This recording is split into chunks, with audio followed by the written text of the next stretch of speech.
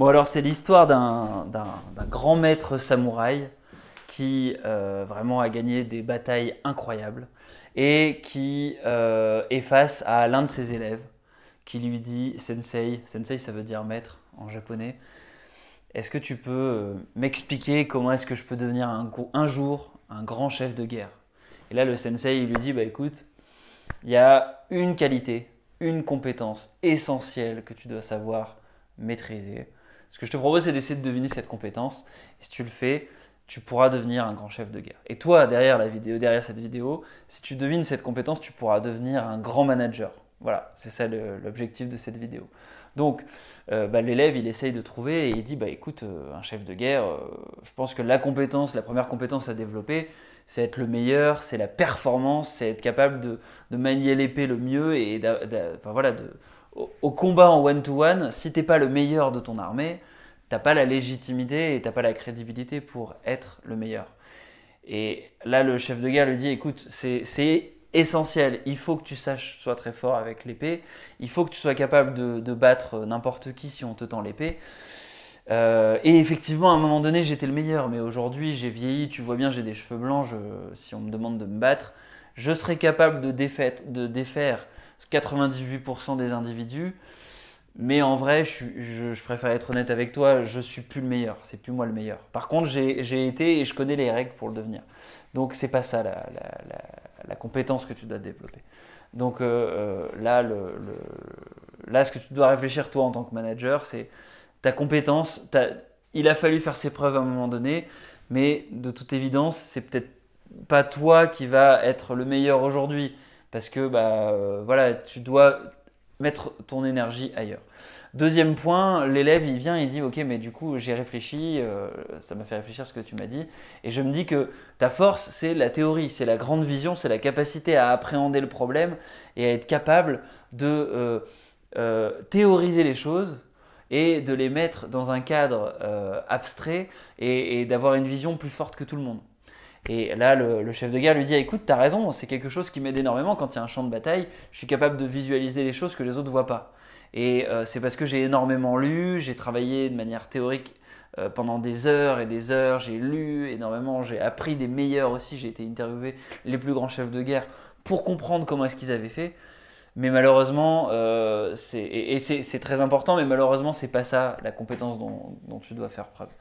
Donc, toi, en tant que manager, de toute évidence, c'est quelque chose que tu dois faire. La théorie, tu dois être meilleur que les autres, tu dois te plonger dedans et c'est quelque chose que tu dois toucher du doigt si tu veux pouvoir avoir une certaine crédibilité. Il faut que tu comprennes le travail des gens que tu vas manager.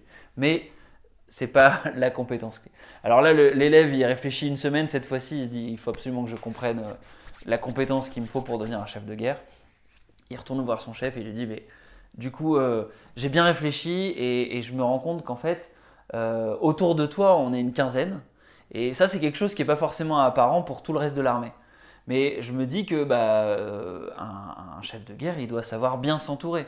Et j'ai compris ce que tu m'as dit. En fait, dans ton équipe, tu en as un qui manie l'épée mieux que toi, tu en as un qui manie tel point de théorie mieux que toi, et du coup, tu as plein de conseillers, et c'est grâce à eux, finalement, que tu arrives à faire la guerre. Donc là, le chef de guerre, il se dit, franchement, là, tu as franchi un cap, tu as bien fait de réfléchir une semaine. C'est quelque chose d'extrêmement important de s'entourer des meilleurs, et c'est quelque chose que tu dois faire. Donc là, l'élève, il se dit, génial, j'ai trouvé la compétence, mais il dit, malheureusement, ça n'est pas la compétence que tu dois travailler en priorité. Et donc toi, en tant que manager, si tu as une équipe aujourd'hui, c'est important que tu t'entoures des meilleurs, c'est important que tu mises sur les meilleurs, que tu investisses sur les meilleurs. Mais attention, il reste encore un paramètre à gérer. Et donc là, l'élève, il se dit, écoute, il retourne voir son chef, le chef de guerre, il lui dit, écoute, j'y arrive pas, j'ai pas trouvé, je sais pas, explique-moi, enseigne-moi, mais j'y arrive pas. Moi, j'étais convaincu qu'il fallait de la performance, il fallait maîtriser le cadre théorique, il fallait s'entourer des meilleurs, mais quelle est la compétence clé, quel est le secret pour être vraiment un bon manager, un bon chef de guerre? Là, le chef de guerre, il lui dit, écoute, tu vois, le secret, c'est que justement, il n'y a pas de secret. Le secret, c'est que, comme toi, j'ai les mêmes outils que toi, en fait, pour manager. Je démarre ma journée, je m'occupe de ma famille, je vais prendre mon petit déjeuner, je prends ma voiture, je vais au travail, et une fois que je suis au travail, comme toi, je travaille de 9h à 19h. Et le soir, en fait, je ferme mon ordinateur, je prends mon téléphone, je rentre chez moi. Donc j'ai comme toi 9h, 19h. La difficulté, c'est que je n'ai pas le temps de faire tout ce que j'aurais eu envie de faire avec le cadre théorique que j'ai et avec la performance dont je suis capable et avec les personnes que j'ai à ma disposition.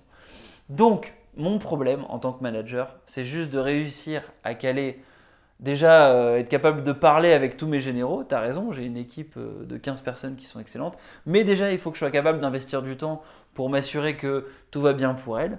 Et ensuite, ma difficulté en tant que manager, c'est juste de mettre mon énergie au bon endroit. Et ça paraît quelque chose de tellement facile, tellement subtil, mais en fait, le secret d'un bon manager, c'est quelqu'un qui va être capable de prioriser les choses, quand il attaque sa journée, de faire la chose la plus importante, d'être capable effectivement de s'assurer que son équipe elle est orientée sur le bon objectif et donc de faire en sorte que son équipe elle-même elle se concentre sur les bons objectifs. Et donc finalement un manager c'est quelqu'un qui s'assure que les personnes qu'il a dans son équipe et que lui-même, que tout le monde se focus sur les priorités et alloue le temps nécessaire à arriver à atteindre ses objectifs liés à ces priorités-là. Ça paraît quelque chose d'évident, mais c'est quelque chose qui est tellement caché dans cette image sacralisée qu'on a du manager, qui a l'air hyper fort, hyper intelligent, et puis qui en même temps est entouré des meilleurs. Parce que souvent un manager, c'est quelqu'un qui a dans son équipe des tas de gens excellents. Donc voilà. Du coup, voilà, il n'y a pas vraiment de secret. Le secret, c'est de gérer ton temps et d'être capable de mettre ton énergie au bon endroit. Maintenant, j'espère que cette petite histoire t'a plu et je serais ravi d'avoir ton avis en commentaire. Qu'est-ce que tu en as pensé? Est-ce que c'est quelque chose qui va t'aider dans ton quotidien? Est-ce que tu vas pouvoir du coup être un meilleur manager si tu as regardé cette vidéo pour être un meilleur manager? Si tu as besoin d'aide, j'ai mis plein de liens en description pour t'aider, que ce soit des options pour qu'on puisse en discuter directement ou des services qui peuvent t'aider à être un meilleur manager. Sur ce, je te dis à la prochaine. Ciao, ciao.